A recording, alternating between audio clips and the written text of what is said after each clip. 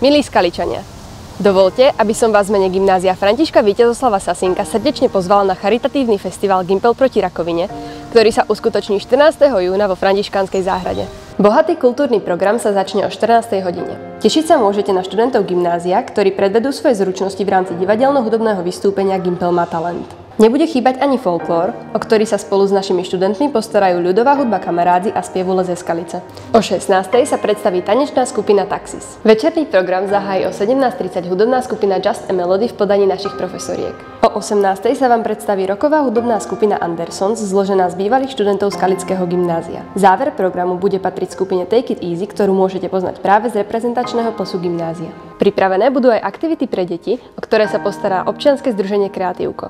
Nebude chýbať ani občerstvenie a mnoho ďalšieho. Vstupné na podujatie je dobrovoľné, výťažok bude putovať na podporu neziskovej organizácie deťom s rakovinou. Môžete ju podporiť aj pomocou QR kódu na obrazovke. Viac informácií nájdete na webovej stránke gymnázia.